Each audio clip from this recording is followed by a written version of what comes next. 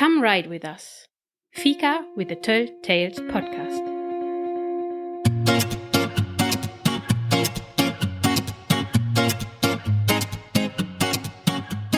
Hey Lionel. Hello, Harry. How are you today? Yeah, good. Ready to record. Yeah, super cool. We just been in Iceland like a week ago. Yes. Actually, less than a week. We just came back on Wednesday. Yes. And I thought we tell everybody what we experienced there. All right, let's do it. There is quite some stuff to unpack. Yeah. It was the first time for you to go to Iceland. Yes. Mm. And we mentioned before that I've been to Iceland like 9 years ago. Yes. So also for me This is also now, the reason why we have Icelandic, by the way. yes, exactly. So it was really fun to experience that. And I'm always a bit on the edge until I sit in the rental car. All right. Okay. And that is because we've been to Scotland like 8 years ago. And we drive an automatic car here in Sweden. And I've been driving also in Germany automatic cars. Anyway, long story short, in Scotland, we had a manual shift and then driving on the wrong side on the auto hybrids. So that was a bit, for me, I was a bit unsure. This time we had an automatic, very nice car. So now we can dive in. We started to drive. I was relaxing. What did we do? What did we do? We did quite some. We did some touristy stuff, horse-related activities as well, because the goal, or one of the goals, why I wanted to go during that period was to assist to Mr. Edalren and the competition of Gedigal list. Yes. So in Sweden, we start this now, and we've seen it over the last couple of years, mostly with Alendis, now with 8-Faxi, the Gedigal list. And I really like it coming from the big horses with dressage exercises. I think it's freshening up. So we were really looking forward to that. So we went actually to Selfoss. Yeah, we did the full program, right? We booked the table, even though the booking didn't seem to work. But the people there were extremely nice, and they fixed it for us anyway. So we had the restaurant, able to see some behind the scene of how 8-Faxi is recording. We were just sitting next to the host actually. They were just separated from us with like some panels, and we were just sitting on the table next to them. So it was really fun to see how they set up everything while we were eating. Yeah, and the restaurant is not big, right? I don't know, like 7, 8, 10 table maybe on our side. We didn't see everything. I think on the other side there were more. Okay. But we were on one side where most activities were the bar was, and we saw all the judges running around already. Yep. And some riders. Because it's quite confined, we got to talk to people also from. We discussed with people from Germany that live in Iceland now. Since several years. So that was really fun to talk to them and hear their experience. So that was super cool. And the food was nice. Yeah, the food was nice. It was a buffet, and we could just take as much as we want and then have the food there. And then with that booking, I think you did the booking, so then you get a seat in the riding house, and some seats have like extra like cushions or something like this, and then you just go to your seat and you can watch the show. Well, the weather was good. That was not super full. You could have fit 50 more people, but it was super interesting to watch. We got to see firsthand the horses and how all the things works. Yeah.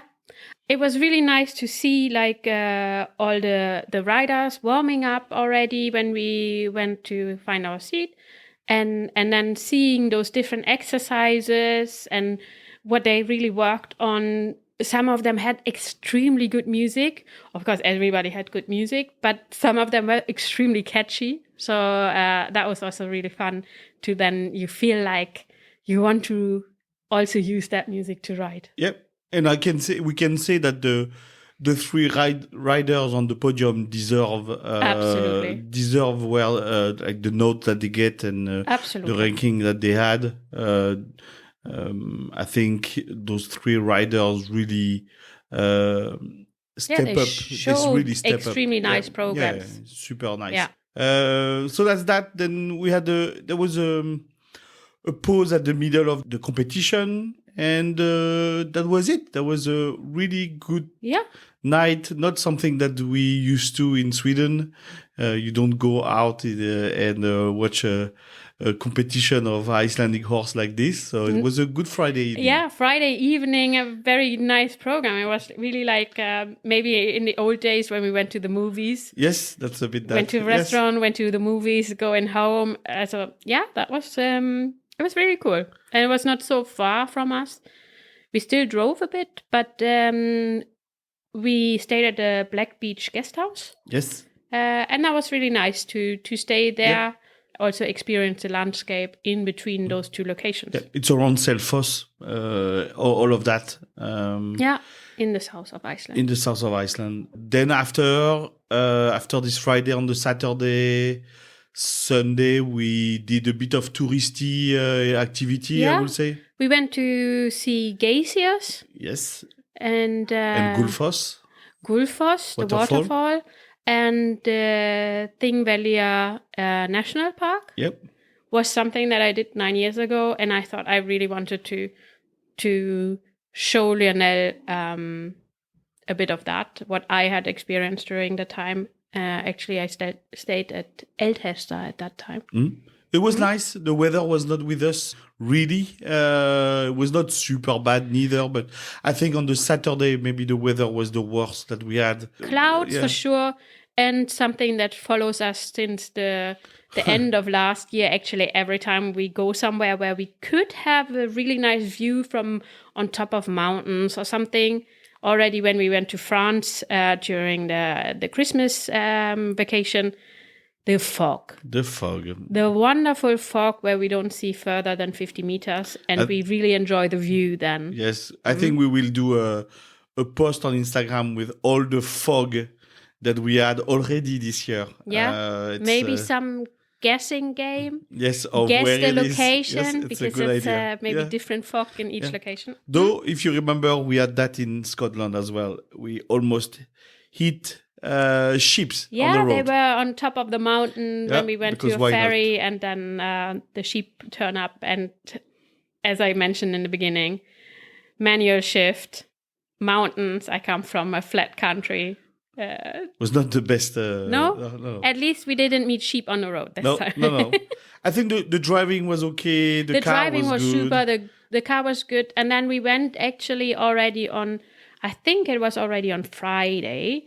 We went to, already on Thursday, we went to Livland, to the shop. Oh, no, but that's when we arrive. It's on Thursday when we arrive. Yeah. We did quite some shopping. We did some shopping, maybe also because we always see those shops. And then we thought, like, of course, Livland always sponsoring those big competitions. So we went to the store, actually. In Reykjavik? In Reykjavik. And that was, but like going into the candy store. Yeah. And which is funny is that when you are in Iceland, if you go to a horse shop, 100% of the items are for Icelandic horses. Yes. So it really simplifies a bit the buying maybe for us, but it's just super cool. Yeah. Then in Selfoss we went to Baldvin and Thorvaldur. Yep. Super nice people. I think as soon as they realized that we're foreigners, I mean, they probably anyway nice, but they switched, offered us coffee, and said, like, look around, ask any questions. Also, we felt extremely welcomed in that moment. And the shop is not big, right? It's really not big, but no. What they do also is they do their own bridle, and saddles. And saddles, which some of us bought, bridles. All of us bought. The leather is great. It's super soft. Super soft, great quality. So that was something. So we spent already in the first 2 days quite some money. Yes. Just on things that we might not necessarily need because we have bridles. For the horses. I need that. I needed the bridle. I used it today, so all good. Something that I enjoyed, and I should mention that, is a buff. A buff. Yeah, a thin one in every kind of colors. And we found that this brand actually also produces really thick ones. A winter version.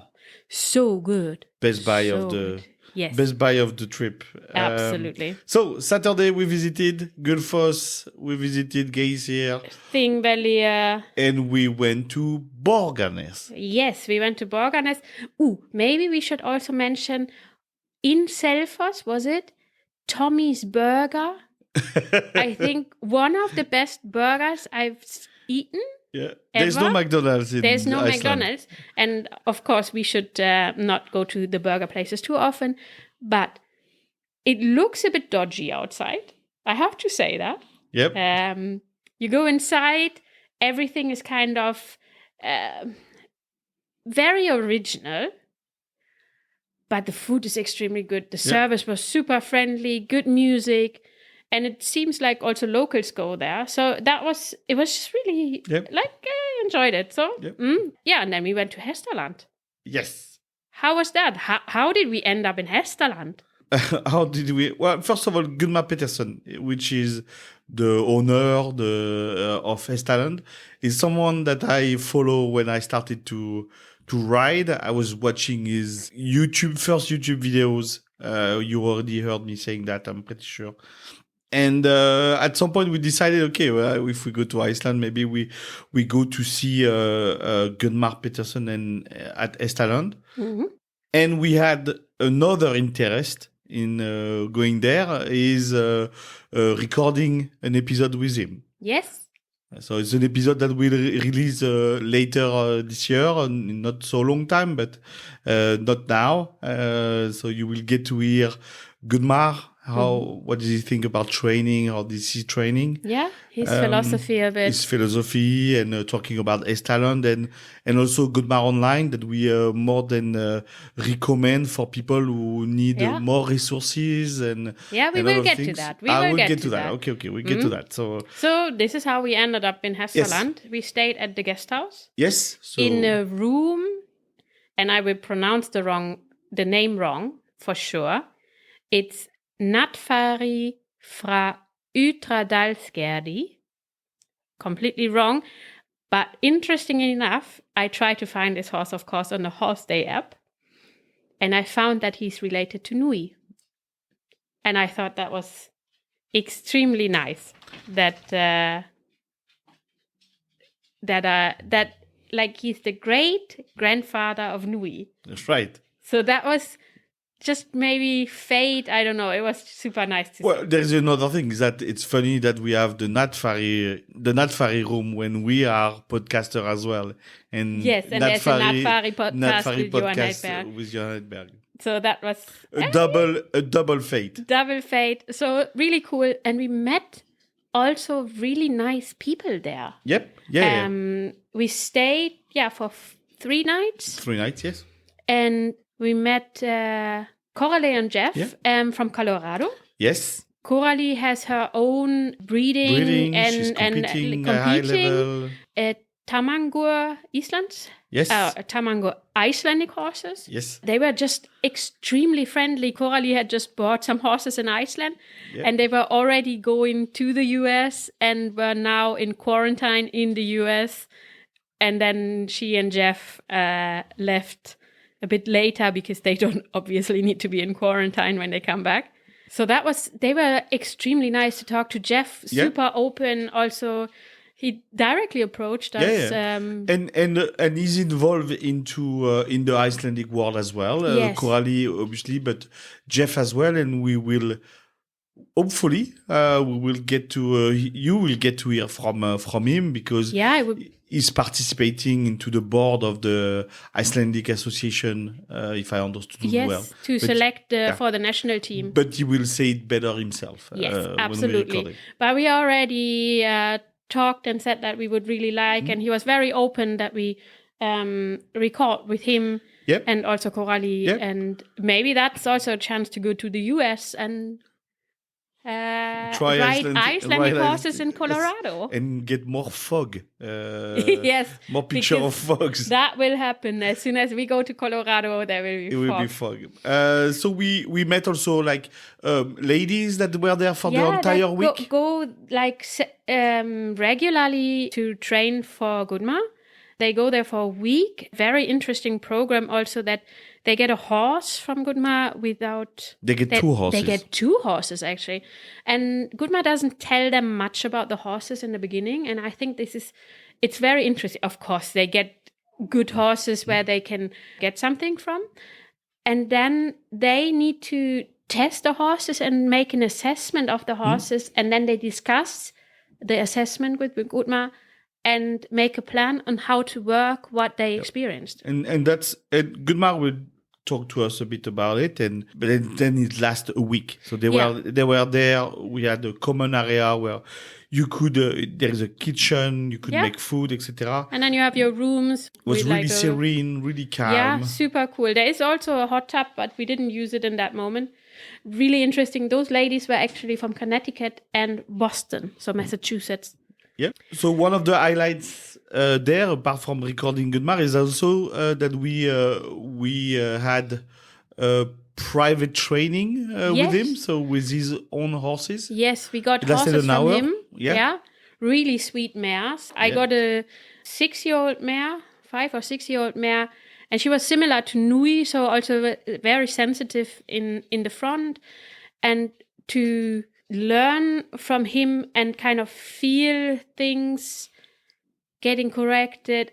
I really enjoyed his approach of teaching. Yeah, we had the warm up à la Gudmar with one rain warm First up. long rain, and then one rain. We had some work on stop and going backwards. So very basic stuff. We asked him to look at our seat. Was really interesting. Lasted an hour with him in the riding hall. Was really interesting. I also enjoyed a lot how he explained. It made very much sense to me. So we can only recommend, honestly, if you are lucky enough to be in Borgarnes in Iceland, I would recommend to go and have a private training with him. I thought that was one of the highlights. It's definitely something that I want to do again. And then we could book more lessons. Yes, absolutely. If we stay a week. Yep. Like, absolute. Then we recorded an episode with him, and we don't talk too much about it. I think now, because you will hear the episode. Yeah. So he took his time. We sat down in his office, and we recorded really good stuff with him. Yep, but we did more than just recording Gudmar, right? Yes, we actually had our mobile setup. Yeah, we have a mobile setup. Yes. Now we have like the full-on setup for the podcast, and for the trip, of course, Lionel decided we pack lightly. For whatever reason, we packed only tiny suitcases. So we had a mobile setup, and we recorded in the office of Gudmar. Yes. At Hestaland. Yes. And then we recorded in Reykjavik in an office from Íslandsstofa. That is where horses of Iceland are. Exactly. Berglind. And that was cool. Cool. Like, and we did the afternoon. We recorded in our hotel room because we are able to record almost everywhere without having too bad of a sound. We sat with Heidrun in our hotel room and recorded there. And maybe some of you remember that we posted something about Heidrun's thesis. Yeah. She just recently defended her thesis about the genetics behind the gaits of the Icelandic horses. Yeah, we thought it was extremely interesting to hear about. Like, maybe it's a bit scientific, but I think it is. You will see it.